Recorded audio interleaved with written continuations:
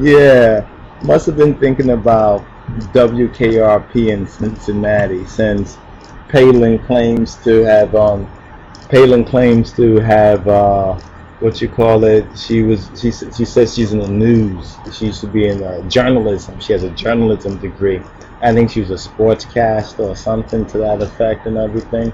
So I got a little bit corrected on some of the things that I said in my last blog, because I felt that it was some hot news and everything like that. So I guess I got called out on that one there about the whole issue with the arch. The arch is not in Cincinnati. It's a St. Louis arch. So that's one thing I stand correct on that. But if you just look at this, people say, well, Palin and Palindrome has nothing to do with one another. Palin and Palindrome has a lot to do with it. First of all, what's in the name? What is in a name? A very interesting comment, one of the first comments to our Palin's Foxy interview, O.J. Simpson and Co-Masonry, Room 101 from Telecom 1955. He said, I need a big truck to hold all this bullshit. Number one, that's the St. Louis Ark in the background. The debate was held in St. Louis. Number two, the alert was posted because the verdict was being handed down. Do you think that was planned? Number three, Palin has nothing to do with Palindrome other than the words start with P-A-L-I-N. Number four, the women on The View are to intellectuals, and you spelled intellectual wrong, you understand, as fish are to bicycles. Number five, did you watch the trial or read or listen, you blocked out, or listen to the tapes? OJ is guilty. Here's my response to that, brief as possible. Palin has a lot to do with Palindrome. Remember, there's a big thing that was made about Barack Hussein Obama. What about his name? Or what about Sarah Palin's name? What's in the name? Palin is from Greek, and it means back, as in backwards. You understand? It's a Greek word. Palindrome is a two-part word. Palin plus drone. You can Google it and, you know, look it up on Wikipedia. It has a lot to do with it.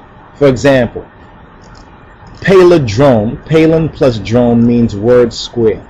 Palin's words, if you listen to Palin speak in this Fox interview, like the Katie Couric interview, like even the debate and elsewhere where she spoke, where it wasn't rehearsed and planned out and scripted, so forth and so on, Palin's words don't square. Do you know what that means? Are you a Mason? Do you understand Masonry? Do you understand anything about the foundation of this country or this modern world system that we're living in? Or just basically building? Have you built anything? Are you into construction? If you don't build on a square, you're not building on a foundation. That means it can't really stand. You understand? If you go to court and the judge says to you, your testimony does not square. You understand? True. I made a point about Cincinnati, thinking about WKRP in Cincinnati, because I think Palin reminded me of what's her name on the show from WKRP. I think she did the weather or sports or some stuff like that. But Palin's words don't square. And if the judge tells you your testimony doesn't square, that means you're lying. You understand? You're lying. You don't have any ground, you understand, to really stand on. And plus, she's a backward folksy hick. You understand? Or let's change the I in hick to O and say hockey. She's a hockey mom. She should stay a hockey mom or stay up there in Alaska. Thanks for the art shit. You understand? Correcting us on that. It was St. Louis art. But it was planned. The Fox interview was planned. It was planned. You see how it was set up with the ark on one side and her on the next side. And next, about OJ. You know, we're not a big fan of OJ. We used to watch the commercials, you know, where he'd be running through the airport and everything like that. But OJ may be guilty now, yet they hounded him. You understand? And many of y'all were down with that hounding of OJ because it's a still it's still a repressed racist country. This is still a repressed racist country. You understand? They think that civil rights and voters' rights for black people basically settled everything, so it's over and done and we shouldn't deal with that. But yet they want to talk about what Saddam did a couple of years ago, or the Jews talk about what happened then, or Americans talk about 1776 or the Revolutionary War, or some other thing in history, or go back to the Greeks and the Romans or whatever like that. So you deal with history selectively. It's still a repressed racist country. Now, compared to Sarah, on your point about the View chicks, the chicks on the View, compared to Sarah Palin, Sarah backwards, or backwards Sarah, you understand? The View chicks are like Harley-Davisons, since you wanted to say that the chicks on the View are like, you know, comparing fish to bicycles. I mean, I don't know where your logic really comes from, but if that's the logic you want to approach this, well, the View chicks are Harley-Davisons. Now, it may be bullshit. You understand? What we're saying about this may seem like bullshit, you understand, to you. But then again, America was built on a whole lot of BS.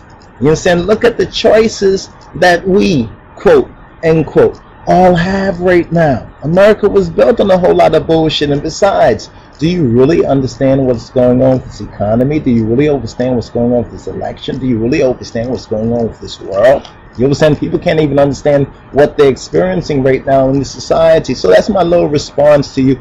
Do a little more research, because Palin has a lot to do with palindrome. Palindrome is a two-part word, and Palin means back. Palindrome means word square. Her words basically don't square. But you know what?